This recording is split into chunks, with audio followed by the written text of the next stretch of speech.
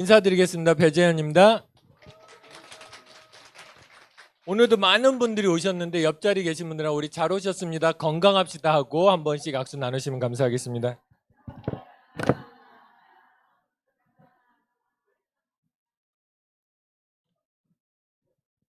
네, 원래 이 건강관리 프로그램 하면서 얼마나 많은 사람들이 오실까, 뭐 몇십 명 오시지 않을까 이렇게 했는데 정말 많은 분들이 와주셔서 감사하고요.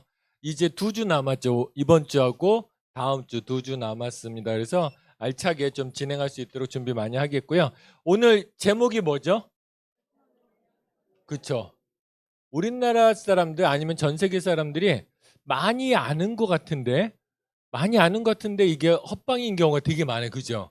많이 아는데도 아프고 많이 아는데도 살찌고 그래서 정말로 아는 게 되게 중요하거든요. 그래서 여러분들이 건강 공부를 하고 싶다 그러면 영양 공부를 하고 싶다 그러면 요즘 책보다는 옛날 책이 좋습니다. 왜 그럴까요? 이게 몬산토라든지 제초제 회사들, 그 다음에 식품 영양 회사들 이런 회사들이 이제 방법을 터득했어요. 뭐냐면 계속적으로 영위하기 위해서 어디를 잡아야 되냐? 대학과 연구재단을 잡아야 되겠다. 그래서 지금 나오는 데이터들은 이런 데서 연구 지원비를 받아서 나온 데이터이기 때문에 솔직히 말해서 100% 신뢰하기 힘듭니다. 진단은 잘하지만 솔루션 자체는 상업적으로 연관된 경우가 되게 많아요.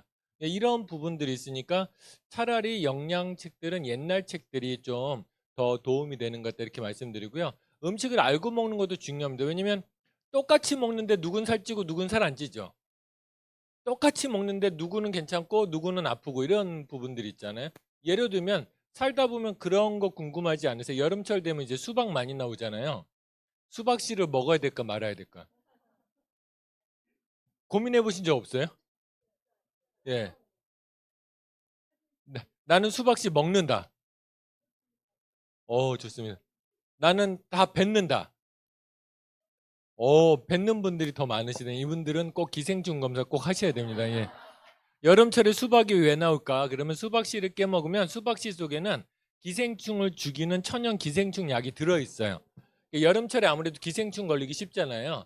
그래서 우리가 회 먹고 수박을 먹으면 회 먹고 물 먹으면 안 된다 그러지만 회 먹고 수박 씨를 같이 먹으면 그 씨 성분이 회 속에 남아있을지 모르는 기생충을 죽이는 성분이 있더라는 거죠. 왜냐면 양식은 기생충이 없지만 자연산은 기생충이 있죠. 그래서 그런 부분들이 있기 때문에 여러분들 자연산 물고기 잡으면 상상을 초월하거든요. 그러니까 기생충들이. 그래서 자연산이 무조건 좋은 건 아니에요. 사실은. 근데 그런 부분들을 예방할 수 있는 게 바로 수박씨다 이렇게. 그러니까 우리 또 하나 알면 백을 터득하잖아요. 모든 씨앗은 다 좋아. 그래서 여름철 또 봄, 여름 나오는 게 이제 앵두 있잖아요. 저희 어머님이 되게 따로 공부하신 적은 없는데 본인이 주는 건 무조건 약이라고 생각하시는 경향이 있어요. 그래서 예전에 앵두가 금방 무르잖아요. 아까우니까 그걸 씨앗 통째로 주스로 갈아서 이제 아들이 귀하니까 제일 귀한 이제 아들한테 먼저 줬겠죠. 그거 먹고 3일 내내 설사했거든요. 그래서 앵두 씨는 독성 물질을 가지고 있습니다. 그래서 여러분들 난 변비다. 장 한번 시원하게 배워보고 싶다 그러면 앵두 씨를 갈아서 좀 드시면 도움이 된다. 망고 씨는 먹기는 힘들지만 망고 씨 이제 그 망고 또 비싸니까 아까우니까 막 그거 막 다 씨앗 긁어서 하잖아요. 그러다 알러지 생기고 그러니까 씨앗 근처에 있는 거 알러지를 일으키거든요. 그래서 우리가 이렇게 알고 먹는 것도 되게 중요해요. 똑같이 어 삼겹살을 먹었는데 어떤 사람은 심혈관이 괜찮은데 어떤 사람은 심혈관이 나빠. 근데 심혈관이 나빠지는 그 여러 요건이 있지만 삼겹살 자체도 문제지만 삼겹살 기름 있잖아요. 그런데 이 기름하고 물하고는 섞이지 않거든요, 원래. 단백질로 코팅해서 잘 배달하는데 중요한 건 우리가 삼겹살을 먹고 믹스 커피를 마셔버리는 거예요. 그러면 믹스 커피 속에 든 게 유화제입니다. 난 믹스 커피는 안 먹어요. 그러면서 그 우리 큰 고깃집 가면 다 아이스크림 통 있죠. 밥 먹고 기름진 거 먹고 달달한 거 먹어야 되잖아요. 그러니까 어때요? 그거 딱 퍼서 먹잖아요. 여러분들 아이스크림 만들어 보셨어요? 아이스크림 우유로 만들잖아요.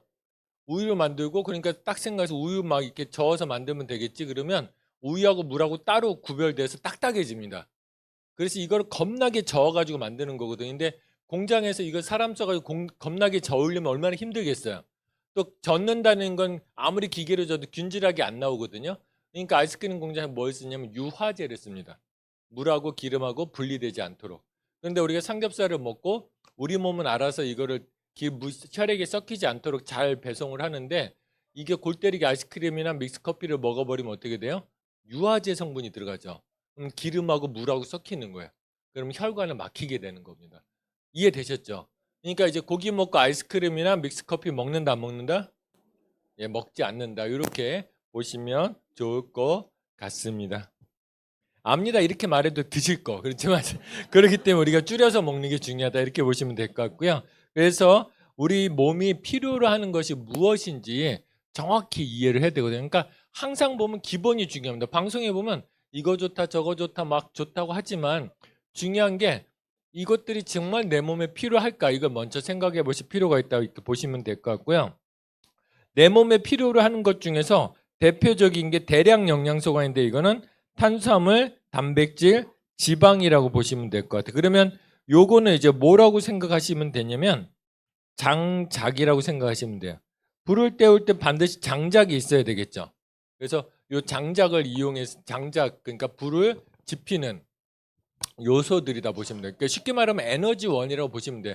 장작되면 요리도 할 수 있지만 뭐도 나죠. 열도 나죠. 우리가 밥을 먹으면 운동할 수 있는 에너지, 활동할 수 있는 에너지도 나지만 그와 더불어 동시에 발생되는 게 뭐죠? 열이 발생되잖아요. 그래서 체온이 유지되는 거예요. 그래서 체온이 몸이 찬 사람들은 무조건 혈액순환 안 된다고 생각하지만 혈액순환이 안 되는 것도 있지만 가장 기본적인 원인은 몸의 기운이 떨어진다는 소리예요. 그래서 손발 찬 사람이 기운이 있던가요? 늘 기운이 없던가요? 늘 기운이 없죠. 그래서 이런 사람들은 먹어도 에너지를 내지 못하는 몸의 상태다. 그러니까 장작이 젖어 있는 상태다. 이렇게 이해를 하시면 좋을 것 같습니다. 그러면 우리가 탄수화물도 에너지를 쓰고 단백질은 에너지원으로 많이 쓰진 않지만, 자, 그냥 굶으면 단백질도 에너지를 쓰기도 합니다. 또 지방도 에너지를 쓰고요. 그러면 탄수화물, 단백질, 지방 중에서 에너지 효율이 제일 좋은 게 어느 걸까요?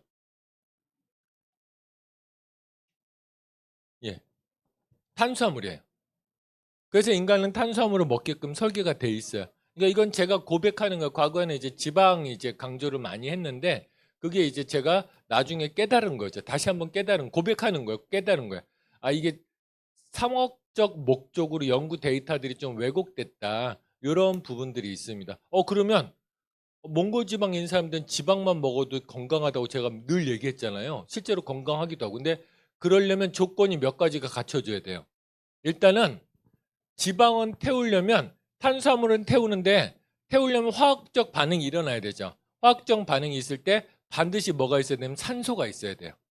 예전에 우리 초등학교 때 실험했죠. 산소가 없으면 화학 반응이 잘 안 일어나죠. 산소가 있어야 화학 반응이 일어나거든요. 근데 탄수화물은 태우는데 산소가 6개가 필요해요.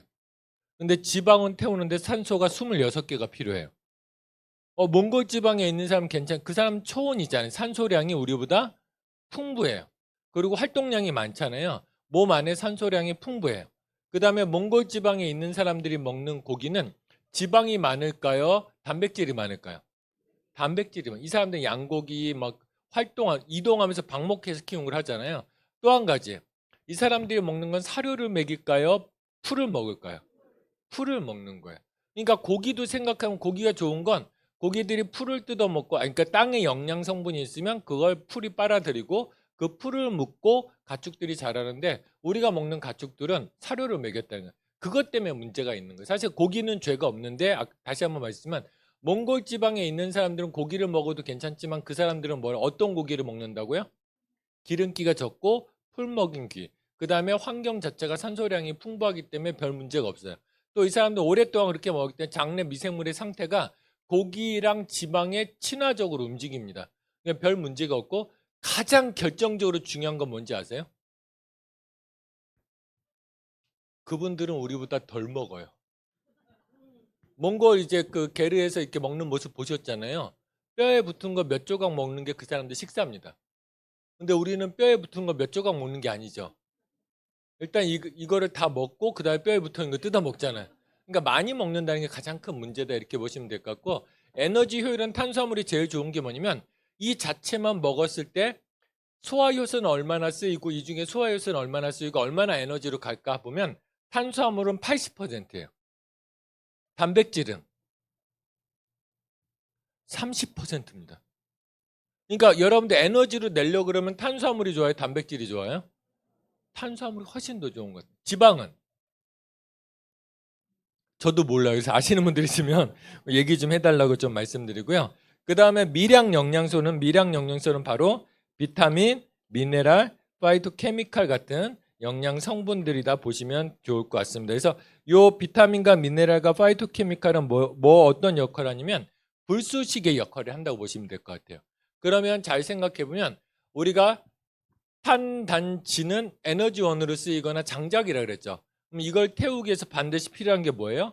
비타민, 미네랄, 파이토케미칼. 요게 이제 반드시 필요하다 이렇게 보시면 좋을 것 같아요. 그러면 탄단지 잘 먹고 비타민, 미네랄, 파이토케미칼 잘 먹으면 되냐? 그렇지가 않아요. 아까 우리 몸의 상태는 마른 장작이라 그랬어요? 젖은 장작이라 그랬어요? 젖은 장작은 불쏘시개를 많이 넣어줘도 잘 탈까요? 안 탈까요? 잘 안 타요. 이게 핵심 원리예요. 그래서 우리 몸은 젖은 장작 상태이기 때문에 내가 얼마나 젖어 있는지는 양자 측정기를 재보시면 아세요. 그러면 그걸 통해서 내가 많이 젖어 있다 그러면 아무리 비타민, 미네랄, 파이토케미칼 먹어도 별 효과를 발휘하기가 힘든 겁니다. 그래서 우리가 해야 되는 건 뭐냐면 뭘 먹기 전에 클린을 반드시 하는 게 이게 도움이 된다. 그래서 오늘 마스터 챌린지 시작되죠. 주문 많이 받았습니까?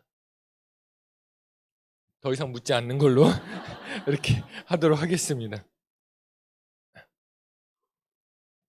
그래서 우리가 다시 한번 말씀드리면 장작이 젖어 있는 상태는 비타민, 미네랄 암만 먹어도 별 효과가 없다. 그래서 일반적인 회사 좋다는 거 많이 먹는데도 내 몸이 피곤한 이유에 내 몸이 젖어 있다 그러면 말려야 되는데 그 말리는 과정이 클린이다. 아니면 클린을 못 하겠다면 적어도 리셋이라도 해야 된다. 요걸 좀 말씀드리고요. 첫 번째 탄수화물 먼저 가도록 하겠습니다. 탄수화물은 주로 많이 쓰는 게 이제 에너지원으로 많이 쓰이는데 탄수화물은 뭘로 돼 있냐면 탄소 플러스 수소 플러스 산소로 구성되어 있다 이렇게 보시면 돼요. 그래서 지구상의 모든 물질의 근간은 뭐냐면 요 탄소라고 보시면 될 것 같습니다. 그러니까 탄소로 되어 있어요. 그러니까 탄소 중립 막 이렇게 하잖아요. 이게 구성 물질도 되고 환경을 오염시키기도 하고 그러니까 모든 물질의 이동에는 탄소가 되게 중요한 작용을 한다. 이렇게 이제 보시면 좋을 것 같습니다. 그러면 이 탄수화물은 연결 구조에 따라서 종류가 나눠집니다. 첫 번째. 첫 번째 보시면 단당류가 있죠. 단당류는 뭐냐면 단당류 그러니까 이렇게 당이 하나 있는 거 이렇게 되는데 그렇지 않고요. 이 당들이 연결되어 있습니다. 연결되어 있는데 이 당들이 어떻게 연결되어 있느냐에 따라서 단당류는 포도당, 과당, 갈락토스 이렇게 보시면 좋을 것 같습니다. 그럼 이 중에 하나 포도당은 우리가 먹는 쌀이라든지 밀가루 이런 탄수화물 쉽게 얘기한 탄수화물들 있죠. 이런 것들이 분해되면 포도당으로 분해돼서 우리 몸에 쓰인다 이렇게 보시면 돼요. 그러니까 그것들의 최종적인 결과물은 포도당이다 이렇게 보시면 될 것 같고요. 과당은 말 그대로 어디서 나오겠을 것 같아요? 과일. 과일에서 나오는 게 과당이다 이렇게 보시면 될 것 같고 갈락토즈는 예. 우유에서 나오는 게 갈락토즈다. 그러니까 우유만 먹고도 살죠. 왜냐면 우유는 단백질 아니에요. 우유 속에는 단백질도 있지만 탄수화물도 들어있는 겁니다. 그래서 우유만 먹고도 살아가는 일들이 벌어진다 이렇게 보시면 될 것 같은데 여기서 퀴즈를 한번 내면 자 포도당, 과당, 갈락토즈 중에서 우리가 기운 없을 때 제일 빨리 우리 몸에 흡수되고 가장 효율성이 좋은 게 뭘까요? 그렇죠. 맨날 우리 포도당 주사 맞으니까 그죠? 제일 좋은 건 과당입니다. 그러니까 포도당을 일단 우리가 먹은 게 분해돼야 되죠. 분해되고 이게 몸에 들어가 또 쓰이는데 중요한 건 뭐냐면 포도당은 세포 속으로 들어가야 쓰이잖아요. 근데 세포 속으로 들어갈 때 이 과정이 인슐린도 필요하고 복잡한 과정이 필요합니다. 근데 중요한 건 뭐냐면 과당은 아무것도 필요 없어. 그냥 들어가요. 그러니까 기운 없을 때 밥 먹어야 돼요? 과일 먹어야 돼요? 과일 먹는 게 최고다 이렇게 보시면 돼요. 그러니까 밥 먹고 과일 먹고 이러면 죽는 겁니다. 예를 들면 말씀드리면 과일은 식전에 먹어야 돼요. 가장 좋은 건 과일은 밥 대신 먹는 게 가장 좋습니다. 그러니까 저도 활동량이 많기 때문에 아침에 안 먹는 게 좋다고 하지만 워낙 이제 그 운동을 이제 해야 되기 때문에 저 같은 경우는 아예 안 하면 단백질 근육이 빠져나가기 때문에 당을 좀 보충해서 아침마다 과일을 먹습니다. 제가 지금 최근에 먹은 바나나만 해도 수톤일 거예요. 엄청나게 과일을 잠깐 먹거든요. 근데 밥 먹고 움직이는 것보다 위에 부담도 적고 빨리 흡수가 되니까 뛰는데 바로 즉각적인 효과가 있는 거예요. 다시 한번 말씀드리면 기운 없을 때 밥 먹는다, 과일 먹는다, 과일 먹는다. 근데 중요한 건 과일은 끼니 대용이라는 거죠. 예전 우리 조선시대 때에도 밥 먹고 과일 먹고 이거 상상도 못 했잖아요. 밥 대신 먹는 게 과일이었거든요. 그래서 과일을 먹는 건데 중요한 건 뭐냐면 요즘 사람들이 밥 먹고 뭘 먹죠? 과일 먹죠. 두 가지 문제가 있어요. 어떤 문제가 있냐? 배고플 때 과일 먹으면 다 맛있죠. 밥 먹을 때 과일 먹으면 어때요? 이게 맛있는 거 맛없는 거 차이가 크게 납니다. 왜? 배가 부르니까. 맛있어야 먹는 거야. 그럼 농부들 입장에서 과일을 제대로 키워야 돼? 당도를 많이 높여야 돼요? 당도를 높여야 되니까 당이 더 많은 과일을 먹게 되는 거고, 두 번째는 과일은 내려가는 속도가 순식간에 내려가요. 근데 밥은요, 위에 머무는 시간이 적어도 2시간에 3시간입니다. 그럼 과일을 먼저 먹어주면 쭉 내려가고 쭉 내려가고 밥을 먹으니까 괜찮죠. 그런데 밥을 먹고 과일을 먹어버리면 잘 생각해보세요. 밥은 2시간 만에 내려간다 그랬죠. 과일은 20분 만에 내려가거든요. 과일은 내려가야 되는데 못 내려가요. 그러니까 밥하고 섞이게 되는 거예요. 그러면 위에서 어떤 현상이 일어나는지 제가 말씀을 드리면, 자, 과일, 포도가 오래되면 뭐가 되죠? 포도주가 되죠. 막걸리도 효모하고 만나면 뭐가 되죠? 막걸리 뭐죠? 쌀도 효모하고 만나면 발효되면 막걸리라는 술이 되죠. 윗속에서 발효돼서 술이 만들어지는 거예요. 그러니까 왜 그런 분들 있잖아요. 나는 술을 안 먹는데 간이 왜 이래요? 물론 많이 먹는 것도 있지만 중요한 건 뭐냐면 밥 먹고 과일 먹으면 뭐 먹는 거랑 똑같다고요? 술 먹는 거랑 똑같대. 그래서 밥 먹고 과일 먹는 사람들 보세요. 아침에 일어나면 숙취 있는 사람하고 반응이 똑같습니다. 신기하게 똑같아요. 그래서 과일은 아까 말씀드렸지만 먹어야 된다면 끼니 대용, 아니면 꼭 밥도 먹어야 된다 그러면 과일은 밥 식후에 식전에 먹는 게 좋다. 이렇게 보시면 좋을 것 같습니다. 이거 엄마들이 잘 알아야 돼. 애들 귀하다고 밥 먹이고 과일 먹이니까 애들이 어때요?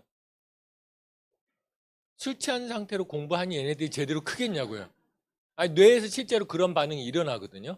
그래서 아이들을 위해서라도 아이들이 온전한 정신을 가지기 원한다 그러면 먹는 것도 되게 중요하다. 이렇게 이제 보시면 좋을 것 같습니다. 그러면 여기 이당류, 단당류, 올리고당 이렇게 붙어 있잖아요. 요것들은 뭐냐면 이렇게 보시면 좋을 것 같아요. 요것들은 포도당 플러스 알파 이렇게 붙이면 돼요. 그러니까 포도당에 갈락토지가 붙어 있으면 뭐 다당류 이렇게 되는 겁니다. 그래서 연결 구조에 따라서 이렇게 만들어진다 이렇게 보시면 좋을 것 같은데, 이 중에서 우리가 생각해 볼 게 뭐냐면, 자, 우리가 먹는다 그러면 단당이 좋을까요? 이당이 좋을까요? 다당이 좋을까요? 예. 아까 에너지 효율은 단당이 좋다 그랬잖아요. 효율은 좋지만 중요한 게 뭐냐면 이걸 많이 먹어주면 혈관에 당들이 너무 많이 떠다니게 되겠죠. 그리고 우리가 먹었을 때 바로 쓰는 게 아니고 저장할 때 계속 써야 되잖아요.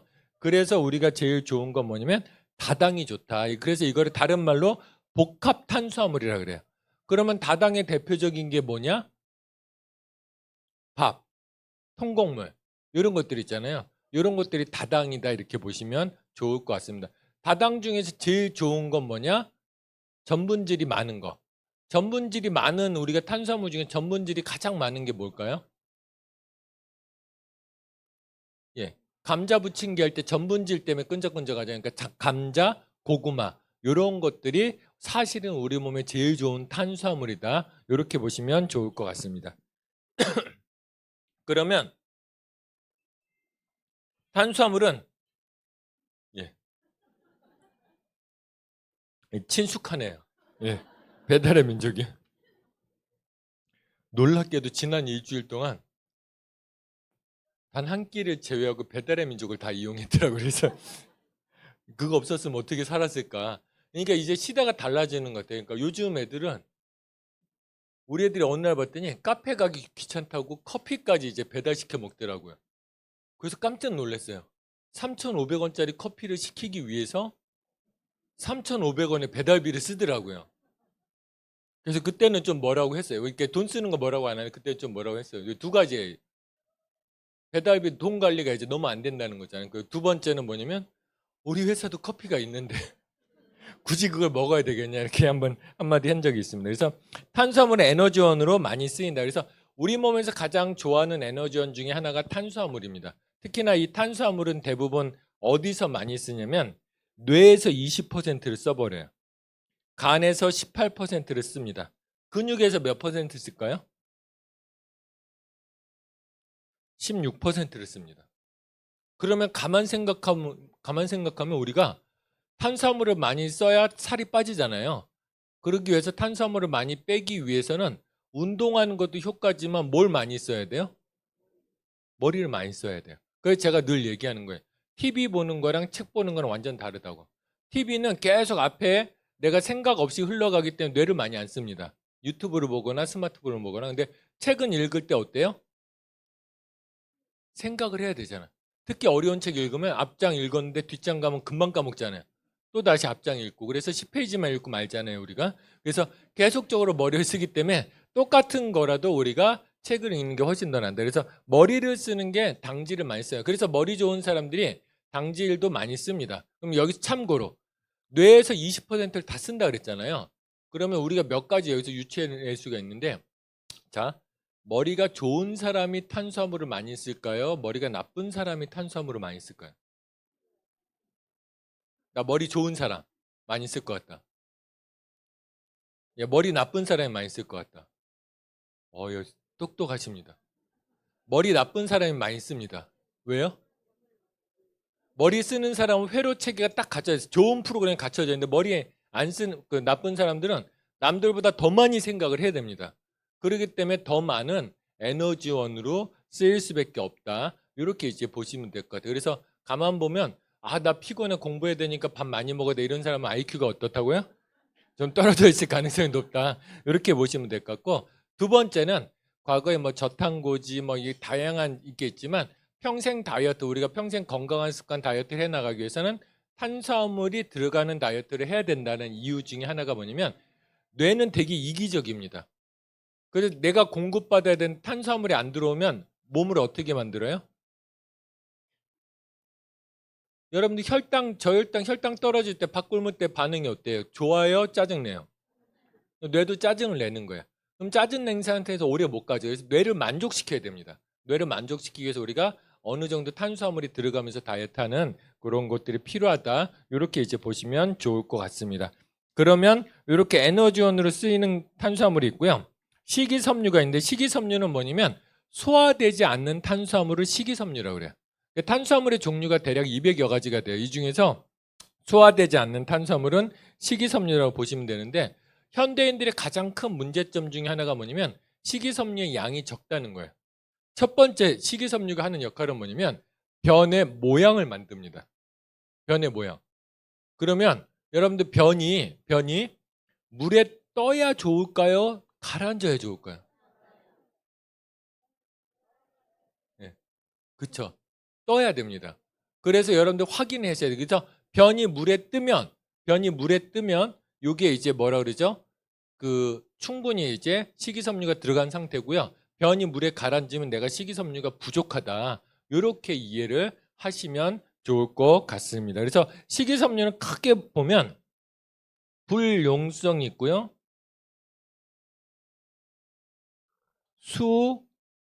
수용성이 있어요. 그래서 수용성은 뭐냐면 물에 녹는 거고 불용성은 물에 잘 안 녹는다 이렇게 보시면 돼요. 그러면 이 두 가지 역할이 있는데 수용성은 뭐냐면 부피를 키워주는 거예요. 그러니까 여러분들 미에르 파이버 있죠? 그게 수용성이에요. 그래서 부피를 크게 만들어주는 거죠. 불용성은 뭐냐면 아주 거친 식이섬유인데 이것들은 장에서 어떤 역할을 해주냐면 칫솔 역할을 해줘요. 그러면 장 청소를 해주려면 수용성도 필요하지만 칫솔처럼 잘 청소하려면 뭐 어떤 식이섬유도 필요해요? 불용성 식이섬유도 필요하다. 그래서 우리가 모든 음식은 가급적이면 껍질째 먹는 게 좋다는 게 뭐냐면 대부분의 불용성 식이섬유는 껍질에 들어있어요. 우리 똑똑하지 않은데 농약 때문에 어떻게 해요? 그래서 농약 씻는 여러분들 요즘 다양한 방법을 쓰잖아요. 껍질에 있는 농약 이제 제거하겠다고 미리 말씀드린 다 헛짓이다 말씀드리고 싶습니다. 왜냐면 요즘 농약이나 제초제들이 새롭게 개발되고요. 이 농약 제초제 개발하는 몬산토라는 회사가 씨앗까지 같이 다루거든요. 가만 보면 제초제 주면 작물도 같이 죽으니까 뿌리기도 힘들고 이미지가 나쁜 거예요. 농부들도 힘드니까. 그래서 어떻게 만드냐면 종자 자체를 개량해서 제초제가 들어가도 괜찮은 작물을 개발한 겁니다. 우리가 먹는 대부분의 작물들은. 그러니까 얘네들이 그거 자체를 빨아들인 거예요. 이미 토양 속에 있는 거예요. 그러니 이걸 시쳐 먹는다고 해결될까요? 안 될까요? 안 돼요. 시쳐 먹는데 해결되지 않습니다. 오히려 근데 껍질째 먹어주면 농약 속에 있는 성분이 그 껍질의 불용성 식이섬유가 청소해서 변으로 배출하거든요. 그러니까 차라리 우리가 껍질째 먹는 게 도움이 된다. 이렇게 보시면 될 것 같아요. 그래서 껍질이 없이 안에 것만 먹으면 어떤 현상이냐면 그 수용성 식이섬유가 높으니까 변이 막 부풀죠. 부푸는데 장에도 신경이 있거든요. 막 부푸는데 이게 나가야 되는 신호가 있어야 돼요. 그걸 뭘로 하냐면 불용성 식이섬유가 하는 거예요. 장벽에 자극 주면서 쌓였으니 좀 보내지 이런 상황이 되는 겁니다. 그래야 되는데 불용성 식이섬유가 없이 수용성만 먹게 되면 어때요? 꽉 차기만 하고 변의를 못 느껴요.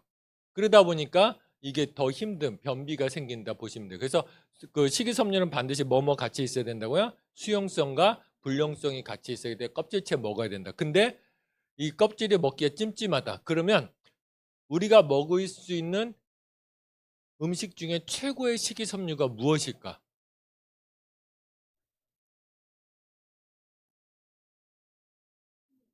예, 고구마입니다. 고구마는 수용성과 불용성이 심지어 고구마는 껍질을 까서 드셔도 그 안에 저기가 들어있고요. 특히나 고구마는 약을 많이 치지 않죠. 땅 밑에 있잖아요.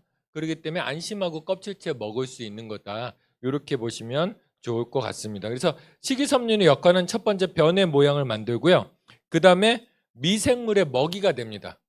그러니까 유산균 먹어도 어떤 사람은 효과가 있고 효과가 떨어지는 이유는 뭐냐면 식이섬유가 충분히 먹은 사람들은 이 유산균들이 유익균들이 식이섬유 사이에서 영양분을 빨아들이면서 또 식이섬유가 뭐가 되냐면 자기를 보호하는 보호 장치가 돼요. 그러니까 보병이 가서 총 적군이 막 지키고 있어요. 성벽에서. 그러니까 저희가 장벽에 나쁜 세균들이 이렇게 달라붙어서 공격한다 그랬잖아요.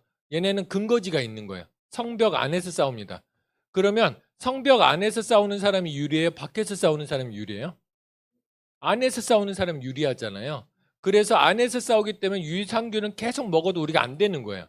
근데 식이섬유를 충분히 먹어주면 어떻게 되냐면 그냥 맨몸으로 부딪히는 게 아니고 탱크 안에 타면서 공격하는 거예요. 이해되셨어요? 먹이도 발생되면서. 그래서 식이섬유가 유익균의 먹이가 된다. 그래서 우리가 유산균만 먹을 게 아니고 반드시 식이섬유도 같이 먹어야 된다. 이런 부분들을 좀 말씀드리고 마지막으로 아주 중요한 역할을 해주는데 식이섬유는요. 혈당이 쭉 올라가잖아요. 우리가 먹는 음식, 전분질 음식 중에 대표적인 밀가루 같은 거 있잖아요. 이렇게 보시면 돼요. 우리가 통밀을 먹으면 혈당이 올라가는 속도가 천천히 올라가요. 그러니까 계속 쓸 수 있겠죠. 그런데 우리가 이 통밀에서 한번 껍질을 뺏겨주면 그 하얀색 밀가루 있죠. 이걸 먹게 되면 혈당이 좀 더 빨리 올라가요. 근데 이걸 굽거나 찌거나 튀기면 더 빨리 올라가요. 그러다 보니까 그때그때 혈당들이 빨리 올라가게 되니까 이게 이제 문제를 일으키거든요. 그런데 이 식이섬유를 같이 먹게 되면 그러니까 우리가 빵을 안 먹을 수는 없잖아요. 칼국수를 안 먹을 수는 없잖아요. 국수를 안 먹을 수 있잖아요. 근데 그냥 우리가 일반 그냥 잔치국수 먹으면 잔치국수 나쁘다는 소리는 아니에요.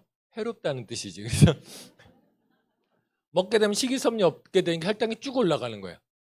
근데 이 국수를 콩국수에 말아 먹으면 콩국수에 콩국에 말아 먹으면 콩국수 있죠. 그러면 콩 속에는 식이섬유가 많거든요. 그러니까 혈당이 천천히 올라가는 거예요.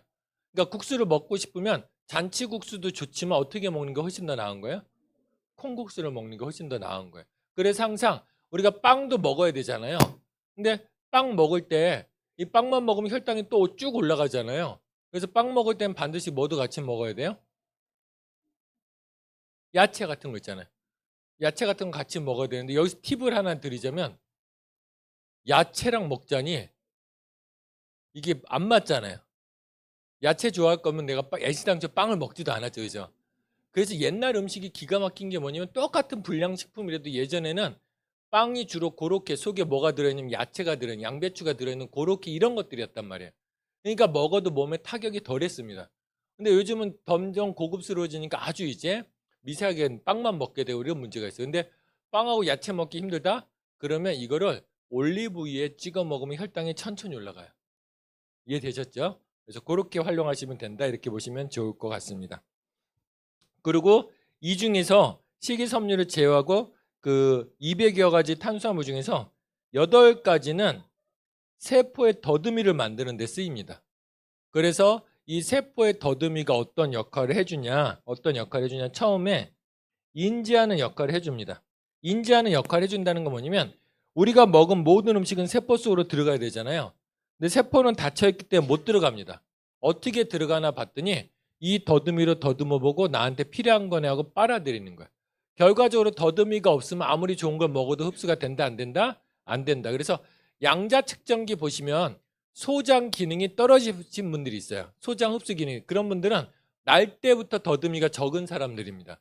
그러니까 그런 사람들은 뭘 먹어도 효과가 없겠죠. 그런데 메나테크 먹으면 효과가 있을 수밖에 없는 게 뭐냐면 저 더듬이를 공급해 주기 때문에 그렇다 보시면 될 것 같고요.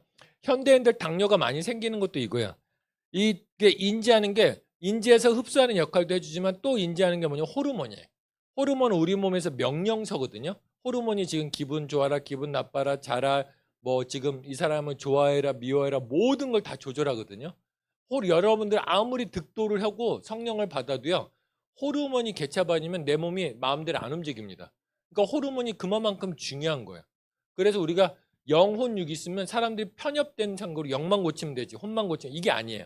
다 같이 고쳐야 되는 겁니다. 그런데 이 호르몬 중에 대표적인 게 인슐린이거든요. 우리가 밥을 먹으면 인슐린이 나와서 세포한테 더듬이한테 비벼서 야 문 열어 이제 당 좀 빨아들여 이렇게 되는데 인슐린도 있고 당도 많은데 더듬이가 부족하니까 못 빨아들이는 거예요. 세포 속으로 못 들어가니까 먹어도 기운이 안 나고 이게 혈관 속에 떠다니게 되니까 이거를 당뇨라고 표현을 하는 거거든요. 그러니까 결과적으로 당뇨도 뭘 보충해주면 해결이 돼요? 더듬이를 보충해주면 해결이 된다. 그래서 호르몬을 인지하는 역할을 해준다 보시면 될 것 같고요. 두 번째, 독소를 배출하는 기능을 합니다. 주변에 보시면 유기농만 먹고 살아도 아프신 분들 있잖아요. 제가 얼마 전에 얘기했잖아요. 지난주에 아이급 자연생명 갔더니 그렇게 좋다는 거 먹었는데 애 모양이 어땠다고요? 한 80kg 나가겠더라고요. 예, 그런 일들이 벌어지는 거. 아무리 좋은 걸 먹는다고 할지라도. 근데 또 인스턴트만 먹고 사는데 건강한 사람 분명히 있거든요. 요 차이가 뭔가 보면 어차피 우리가 오염된 환경 속에 살고 있는데 더듬이가 많으면 이건 내 몸에 있으면 안 되는 거라고 몸 밖으로 배출을 시키는데 요거 배출을 시키는데 더듬이가 적으면 배출을 못 시키다 보니까 이게 몸에 쌓이기 시작해서 문제가 되는 거예요. 그래서 독소를 인지해서 배출. 우리가 해독하는데 무조건 굶는다고 해독이 아니고 정말로 해독이 되려면 세포에 뭐가 많아야 된다고요? 더듬이가 많아야 된다. 이렇게 보시면 될 것 같고 또 이게 면역에 아주 중요한 역할을 해줍니다. 면역이 어떤 역할을 해주냐면 면역세포는 눈이 없잖아요.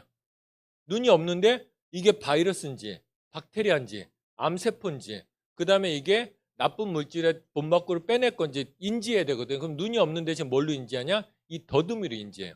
그럼 결과적으로 면역세포도 제대로 움직이려면 뭐가 필요해요? 더듬이가 필요하다 이렇게 보시면 돼요. 그러니까 결과적으로 좋은 거 받아들이고 호르몬의 인지 잘하고 나쁜 거 배출시키고 면역체계가 제대로 일하면 아플 일이 있다 없다? 없는 거예요. 그러니까 요 차이가 다르다 이렇게 보시면 될 것 같아요. 심지어 면역이 좋다는 건 어떤 뜻이냐면 병만 안 걸리는 게 아니고 노화도 안 돼. 진행이 안 돼요. 면역이 어떤 역할도 하냐면 우리 몸의 세포들은 수명이 있죠. 피부도 수명이 있잖아요. 그러면 이 피부 세포를 잡아먹고 노화된 피부 세포를 잡아먹고 다시 건강한 세포를 만들어내는 것도 면역 체계가 하는 거거든요. 결과적으로 우리가 안티에이지만 좋은 거 바르는 것도 좋지만 내가 정말로 안 늙고 싶으면 뭐가 좋아야 된다? 면역이 좋아야 된다는 거예요. 그 면역이 좋기 위해서 더듬이가 필요하다 이렇게 보시면 될 것 같아요. 그래서 실제적으로 이번에 고피디에서 어떤 분이 나와서 나 손주 3명 있어요. 그때 깜짝 놀라신 분 있죠. 제가 오늘 와서 물어봤거든요. 여쭤봤거든요. 이분이 57세래요. 근데 보기는 저보다 훨씬 젊어 보이길 떠나서 40대 초반 이렇게 보이거든요. 이런 사람들은 선천적으로 몸에 더듬이가 많은 거예요. 이게 제가 하는 얘기가 아니고 장수학회에서 연구를 했더니 노화가 더디 진행 사람들을 봤더니 남들보다 세포의 더듬이 개수도 많고 더듬이 길이도 길답니다. 그러니까 우리가 안 늙고 싶으면 이 뭘 만들어야 된다? 더듬이를 만들어야 된다. 더듬이를 만들기 위해서 뭘 많이 먹어야 된다? 엠브로토스. 엠브로토스를 많이 먹기 위해서 뭘 많이 벌어야 된다? 돈을 많이 벌어야 된다. 이렇게 보시면 좋아요. 살면서 그렇잖아요. 엠브로토스 어떻게 치사하게 싹 깎아가지고 한 스푼씩 먹어요. 그죠? 그냥 듬뿍 떠서 급하면 밥 숟가락으로 떠서 이렇게 먹을 수 있는 여력은 돼야죠. 그래서 이렇게 보시면 돼요. 그래서 이렇게 보면 어떻게 보시면 되냐면 탄수화물이 200여 종이 있다 그랬잖아요. 그러면 에너지 원으로 쓰이는 탄수화물은 분해 속도가 느린 걸 적당히 먹는다. 이게 원칙이에요. 아는 것과 우리가 실행하는 게 가장 중요하죠. 다시 한번 에너지원으로 쓰이는 탄수화물은 뭐라고요? 첫 번째가 분해 속도가 느린 거. 두 번째는 뭐요? 적당히. 이렇게 먹는 거. 그 다음에 식이섬유는 어떻게 하면 돼요? 많이 먹는다. 식이섬유를 많이 먹는다. 이렇게 보시면 좋을 것 같고요. 가끔가다 그런 경우 있어요. 야채를 많이 먹으면 가스가 많이 차고 몸이 힘든 사람들이 있어요. 이런 사람들이 식이섬유를 분해내는 능력이 많이, 분해는 안 되지만 그래도 어느 정도는 이제 제거하는 게 있는데 그게 떨어지시는 분들이에요. 그래서 이런 사람들 이렇게 팁을 드리자면 주무시기 전에 엔자임 프로발란스를 드시면 됩니다. 이 엔자임 프로발란스는 기가 막힌 게 뭐냐면 탄수화물, 단백질, 지방만 소화시키는 성분만 있는 게 아니고 놀랍게도 식이섬유를 분해하는 성분도 가지고 있어요. 엔자임 프로발란스가 완전히 진짜 정말 잘 만들어진 거거든요. 그래서 나는 야채 먹고 가스가 많이 찬다. 뭘 드시면 된다고요? 엔자임 프로발란스를 드시면 된다. 그리고 당 영양소는 어떻게 먹으면 된다? 많이 먹어라. 집 팔아서라도 먹어라. 이렇게 말씀을 드리고 싶습니다. 그러면 요 당 영양소로 쓰이는 거는 8가지 있죠. 8가지는 이렇게 보면 갈락토스, 글루코스, 만노즈, 자일로스, 푸코즈, N아세틸, 글루코사민, 갈락토사민, 누라민산 이런 식으로 이제 구성이 되어 있는데 이것들이 원래 어디에 있냐면 버섯이라든지 아니면 알로에 뭐 이런 것들에 든 거예요. 근데 중요한 건 뭐냐면 이런 것들을 먹으면 알로에가 좋은 이유는 만노즈 때문에 좋은 거거든요. 근데 만노즈는 잘라놓고 오일이 지나면 다 파괴가 돼요. 그러니까 시중에 파는 알로에 제품은 뭐가 없다고요? 만노즈라는 성분이 없고 알로에가 어떤 치료 효과, 암을 소멸시키고 그 다음에 면역 체계를 개선시키고 장을 건강하게 만드는 건 전부 다 만노즈 때문인데 이게 파괴가 되는 거예요. 그래서 우리 알로에를 그렇다고 키워 먹을 수는 없잖아요. 그래서 이 메나테크에서는 이 알로에 속의 만노즈를 분자 구조를 안정화시키고 또 두 번째 중요한 게 뭐냐면 이 8가지는 당 영양소에 쓰이는 8가지 영양 성분은 다 다당으로 되어 있기 때문에 몸에 들어가면 분해가 잘 안 돼요. 그래서 이거 분해될 수 있는 형태로 만들어서 만든 게 엠브로토스라는 물질이다 이렇게 보시면 될 것 같아요. 제가 왜 이렇게까지 말씀드리면 어떤 분한테 기껏 설명하는데 이분이 교수님이거든요. 똑똑하잖아요. 그럼 엠브로토스 뭘로 만들었냐요. 버섯이랑 미역의 귀랑 이렇게 얘기했더니 그걸 다 사다가 자기가 만들어서 먹겠대요. 근데 그게 흡수가 된다고요? 안 된다고요? 잘 안 됩니다. 장내 미생물의 상황이 떨어지기 때문에 그래서 제품의 형태로 드시는 게 좋다 말씀드리고 싶습니다. 그래서 요거는 이제 탄수화물이 어떻게 에너지원으로 쓰이냐 이렇게 보시면은 우리가 자 밥을 먹으면 요게 뭘로 분해가 되냐면 포도당으로 분해가 돼요. 이게 진짜 학계가 진짜 희한합니다. 그냥 용어를 하나로 정리하면 우리가 알 텐데 용어가 다 달라요. 그래서 어떨 땐 포도당이라 그랬다. 어떨 땐 글루코스라 그랬다. 그러면 글루코스는 또 다른 건가? 우리 일반인들은 헷갈리잖아요. 여러분들이 이해하시면 좋은 게 포도당이 글루코스예요. 그러니까 글루코스라고 얘기하는 사람은 뭐예요? 그냥 지가 좀 유식해 보이려고 이렇게 좀 하는 겁니다. 그래서 그냥 그것도 포도당이다 보시면 돼요. 그래서 밥은 결과적으로 포도당으로 분해가 되는데 글루코스로 분해가 된다. 그러면 이게 간에서 뭘로 저장이 되냐면 글리코겐으로 저장이 돼요. 이건 꼭 알아두시면 돼요. 글리코겐으로 저장됐다가 이게 몸에 들어가서 다시 쓰여야 되잖아요. 다시 쓰일 때는 뭘로 분해가 되냐?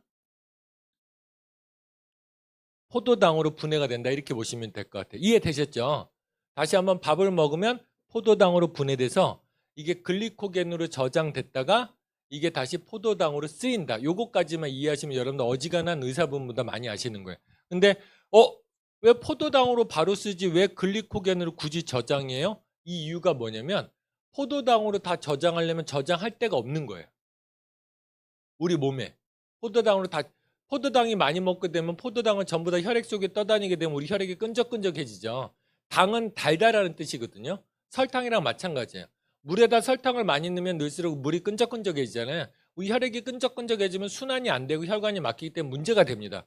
그래서 우리 몸에는 이걸 효과적으로 보관할 수 없을까 그래서 포도당을 농축시켜서 선반에 잘 정리해서 보관하는 게 글리코겐이에요.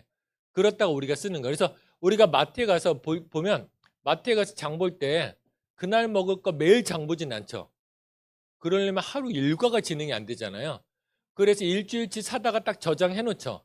그러다가 빼서 쓰잖아요. 우리 몸도 그 원리로 쓰는 거예요. 그러니까 결과적으로 이게 좀 그런 게 뭐냐면 우리가 막 피곤해 기운 없을 때 막 밥 먹고 나니까 기운 난다 이거 참일까요? 거짓일까요? 거짓이에요.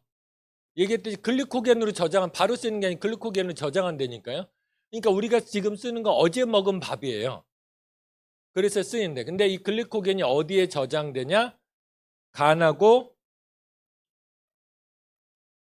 근육에 저장된다 이렇게 보시면 될 것 같아요. 그러면 여기서 우리가 살이 찌는 거 탄수화물 먹으면 살찐다 이 이유가 어떤 거냐면 포도당을 먹으면 간이나 근육에 글리코겐 형태로 저장된다 그랬죠. 글리코겐 형태로 저장이 됩니다. 그러면 요게 안 쓰고 우리가 저장을 했는데 우리 정말 중요한 거 잘하는 거 있잖아요. 집어넣지 쓰진 않잖아요. 사업도 똑같지 않아요? MBT는 죽도록 하고 밖에 나가 쓰진 않잖아요. 사업 설명 보면 백날 배우고 시스템 백날 배우지만 밖에 나가서 입은 안 떼잖아요. 우리의 특징은 뭐냐면 안 쓴다는 거예요. 그러면 이 글리코겐이 한 1, 2주가 지나가면 점점 글리코겐을 저장하기 힘들어질 때 이 나머지를 뭘로 저장하냐? 지방으로 저장하는 거예요. 그래서 우리가 탄수화물을 많이 먹으면 살이 찐다는 거예요. 그러면 이게 몇 주 동안 묵혔다가 지방으로 바뀐 거니까 이 지방이 쉽게 빠져요? 어렵게 빠져요? 어렵게 빠져. 그래서 우리가 다이어트가 힘들다. 그래서 다이어트 하려면 일종의 각오가 필요한 거다. 요걸 좀 말씀드리고 싶습니다. 그러면 여기서 우리가 탄수화물을 먹을 때 어떤 탄수화물을 먹는 게 되게 중요한지 이렇게 말씀드리면 우리가 밀가루라든지 이렇게 분해된 거 있죠. 밀가루라든지 아니면 밥으로 먹으면 좋은데 이거를 뭘로 만드냐면 떡으로 만들거나 밥을 또 만들잖아요. 뭐 과자를 만들잖아요. 쌀과자를 만들니까 그러니까 우리 참 되게 웃깁니다. 빵을 밀가루로 만드니까 나쁘다 그러니까 쌀로 만들죠. 미리 말씀드리면 똑같아요. 분해되면 똑같아요. 이해되셨죠? 물론 밀가루 속에 글루텐이 있어서 나쁘긴 하지만 아무튼 우리 몸의 혈당으로 쓰이는 건 똑같아요. 그래서 우리가 가공하면 가공할수록 어떻게 되냐면 자, 우리 몸엔 혈당이 이렇게 일정량이 흘러야 됩니다. 내 몸에 필요한 게. 그래서 이게 대략 60에서 120 사이에 왔다 갔다 하면 좋아요. 그러면 혈당이 되게 좋은 게 뭐냐면 우리 늘 에너지가 넘치고 싶고 의욕이 넘치고 싶죠. 에너지가 넘치려면 뭐가 계속 공급이 돼야 돼요? 포도당이 계속 공급이 돼야 된다 그랬잖아요. 다시 한번 포도당은 차로 말하자면 연료예요. 연료가 계속 일정하게 공급이 돼야지 이게 쓰일 수 있고 엑셀 세게 밟으면 이게 또 세게 나와서 또 많이 써야 되잖아요. 근데 그 범주가 되게 작습니다. 60에서 120 사이뿐이 안 돼. 이 정도만 유지되면 우리가 짜증 날 일도 없고 기운은 계속 나요. 그런데 요것들은 전분질, 그러니까 우리가 고구마나 감자 아니면 쌀밥, 현미 이런 것들을 먹으면 괜찮은데 이것도 할 얘기가 많아요. 현미가 좋은가 나쁜가 사람에 따라 달라요. 장내 미생물의 상태에 따라 다르고 생활 습관에 따라 달라요. 근데 중요한 건 뭐냐면 어찌됐든 밀가루 분해된 것보다는 쌀밥으로 먹는 게 낫고 자, 쌀밥을 먹는데 뜨신 밥이 좋을까요? 찬밥이 좋을까요? 참 똑똑하시네. 그래서 옛날 우리 며느리들이 어땠어요? 밥을 지어서 어머니 뜨신 밥 들여서 심혈관으로 빨리 보내고 나는 찬밥 먹어서 아니면 누룽지 먹어서 누룽지는 진짜 최고의 탄수화물이거든요. 네, 찬밥 먹어서 오래 살고 이런 비결들을 가지고 있었잖아요. 그래서 다이어트 하려면 밥은 찬밥으로 먹는 게 훨씬 더 좋습니다. 분해 속도가 되게 느려져요. 그러니까 나는 식이섬유 야채를 많이 안 먹어요. 그러면 뜨신 밥을 먹는다, 찬밥을 먹는다. 찬밥을 먹으면 덜 분해된다. 이렇게 보시면 좋을 것 같아요. 근데 중요한 건 우리가 밀가루라든지 빵, 과자, 라면, 밀가루 이런 것들 국수 이런 거 먹잖아요. 그러면 혈당이 이렇게 치고 올라가요. 그러면 혈당이 이렇게 치고 올라가면 계속 당이 높으면 혈관 속에 당들이 많이 떠다니면 위험하다 그랬죠. 우리 몸에서 큰일 났다 그래요. 여러분들 아무렇지 않게 아이스크림 먹고 아무렇지도 않게 뭐 밀가루 빵 먹지만 몸의 입장에서 비상 상황이에요. 다시 한번 빵 먹을 때마다 우리 몸은 뭐라고요? 비상 상황이에요. 이놈이 또 뻘짓을 하는구나 뇌에서 판단해요. 그럼 빨리 뭘 보내냐면 이걸 없애야 되잖아요. 그러면 인슐린을 보냅니다. 인슐린을 보내면 이게 쭉 떨어져요. 근데 중요한 건 뭐냐면 딱 요만큼만 인슐린을 보내면 되는데 이걸 몰라요 우리 몸은.